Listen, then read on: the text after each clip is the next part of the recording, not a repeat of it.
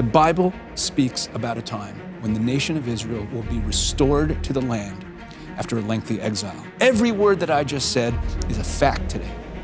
And every person of biblical faith has to recognize the fact that future prophecies of the end times in the Bible, not all of them, the story's not over, but those future prophecies are now no longer in the future tense, they're in the present. One of the things that we're seeing is this strange marriage between the progressive left and Islamic fundamentalists, Islamic extremists.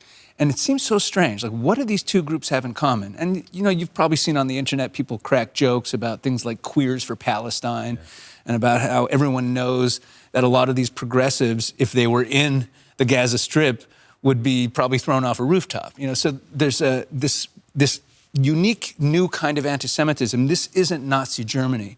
People are comparing it to Nazi Germany, but it's a different thing. And how do we as people of faith understand this dynamic? Like, how do these two groups get together? But I think if we just take a step back as people of biblical faith and think about what they have in common, it all makes perfect sense. But these two groups, the progressive liberal left, they call themselves liberal, the progressive left, and the Muslims, both do not believe that our Bible is true, and they both reject the idea of the God of the Bible as the true God.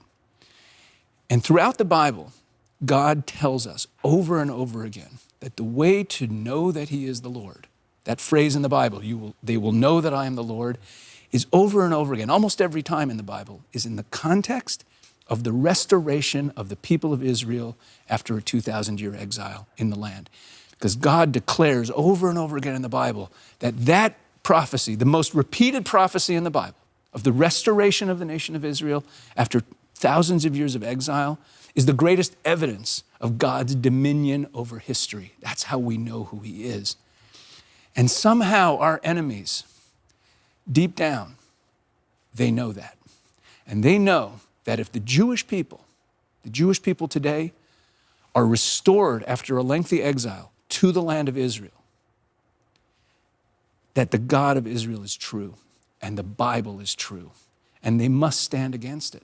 You just recorded a video saying the time is now, directed in specific to Bible-believing Christians. You just laid it out. This is a heavy spiritual battle, and we've had Christians for years, including here on TBN, standing with Israel and the Jewish people, but now is where the rubber hits the road, as they say, and you laid that out. What is your message for Christians, number one, in these times as Israel and the Jewish people are under assault, and why is now so different? You said even different than Nazi Germany in some respects. Yeah, look, when I said in that video that this is the time, let me explain fully what I meant here, because, you know, people hear lots of sermons, like someone will quote a verse from the Bible and use it as a metaphor for some lesson in our lives. That's not what this is about. The Bible speaks about a time when the nation of Israel will be restored to the land after a lengthy exile. Moses lays it out in Deuteronomy 30. Even if you are scattered to the ends of the heavens, from there the Lord your God will gather you in, and you will be brought back to the land, and will take possession of it and become more numerous and more prosperous than your ancestors. Those verses in the Bible, written in the future tense, that our great-grandparents and all the generations before us of Bible-believing people read them as a future tense prophecy of the end times. Every word that I just said is a fact today. And every person of biblical faith has to recognize the fact that future prophecies of the end times in the Bible, not all of them, the story's not over, but those future prophecies are now no longer in the future tense, they're in the present.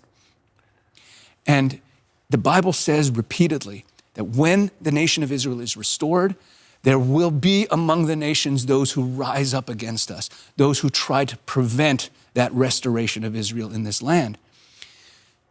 So right now, the people of Israel are in the land. We are more numerous and more prosperous than ever before, which wasn't true in 1948. It wasn't true even in 1973 at the Yom Kippur War. This is the first war of annihilation against the nation of Israel at a time when we have inherited the land and are ingathered and are more numerous and more prosperous. And therefore, Christians must understand this isn't a Sunday morning sermon. This isn't a metaphor for something else.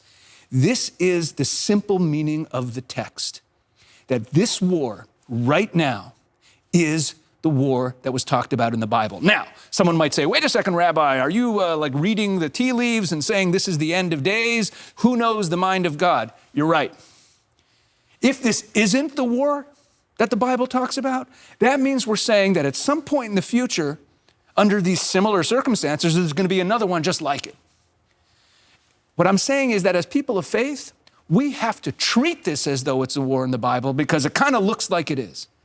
Like Zechariah in chapter 8, that normal life has returned to Jerusalem.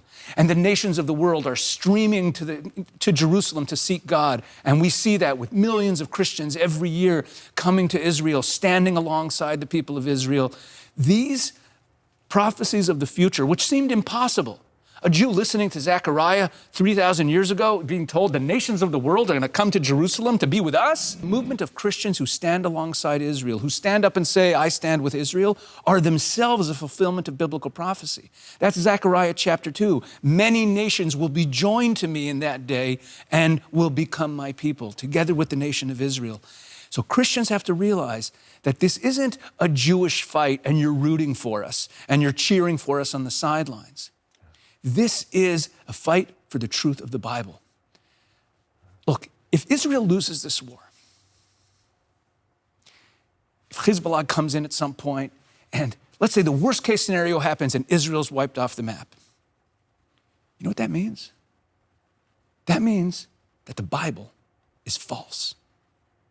That means that the Bible's false. Now, obviously, we're going to all say, well, of course, that can't happen. I guess that means that victory is assured. But we have to fight for it. The people of Israel were going to be saved when the Egyptians were coming after them. We knew that God didn't take them out of Egypt just to have them die on the banks of the Red Sea.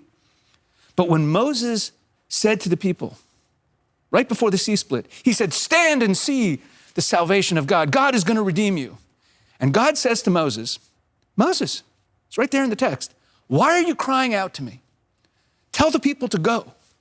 Now that verse always struck me as strange, almost absurd. What do you mean, why are you crying out to me? Imagine, Eric, you're in terrible trouble, you're in the worst crisis, the enemy is approaching, and you cry out to God. And God says to you, Eric, why are you crying out to me? What do you mean, why am I crying out to you? You're God. I'm in trouble, I'm crying out to God. What else am I supposed to do? But God says, look, I'm going to make the sea split. I'm going to bring redemption. But it's not going to happen until you move forward. And that's my message to Christians today. This is not a Jewish fight.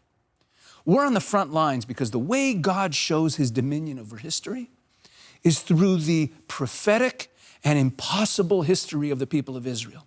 And that's why the most repeated prophecy in the Bible is that of the exile, the scattering of this tiny people around the world for many, many generations, and the ultimate restoration to our land. And then God says over and over again, and that's how you'll know that I am the Lord, because the history of the people of Israel testifies to the dominion of God. And our enemies are fighting tooth and nail to prevent that testimony from becoming a reality. Talk about your personal stake in this. Not only do you live in Israel, obviously, but this Israel-Hamas war, which, as you said, may expand. You've got loved ones on the front lines, quite literally. Tell us about your personal stake in all of this. Eric, thank you for asking about that. You know, I'm sitting here obviously with you now in a studio in the United States. Getting on that plane to come over here was very difficult. But I knew that it's what I have to do. I have to come here and speak to you and speak to your audience. I have 8 children. 3 of my children, 2 of my sons and my daughter, who's a combat medic, are all on the front lines or beyond. They're all in fighting units. And my son-in-law, who is father to my upcoming first grandchild, my daughter is expecting. My son-in-law thank you. My son-in-law is an officer in a combat unit as well. And they're all there fighting. And they're all there on the front lines, and we're living on knife's edge. We're waiting every day for a text message when they have a few minutes where they're allowed to communicate home and tell us they're okay. And And every day, I'm praying for my 3 kids and my son-in-law. And every day, I'm thinking about what this means in terms of the type of sacrifices that we need to make to achieve victory. Because one thing's for sure, our enemies are willing to die so that we will die. That's right. That's what all that suicide bombing all these years has been about. They're willing to lay it on the line to destroy us. And we need to be willing to lay it on the line to win. We have about 30 seconds left, Pesach. Do the people of Israel feel the support of Christians around the world, including here in the United States? Can you feel it? Is that tangible? Does it help put wind in your sails? Right now, the Jewish world, many of whom were often skeptical about this, are realizing that it's us and the Christians. The Christians are the most steadfast supporters Israel has, and we need the Christian world. And one last thing, if I could just make a quick point. The Christian world has numbers, something the Jews will never have. Yeah.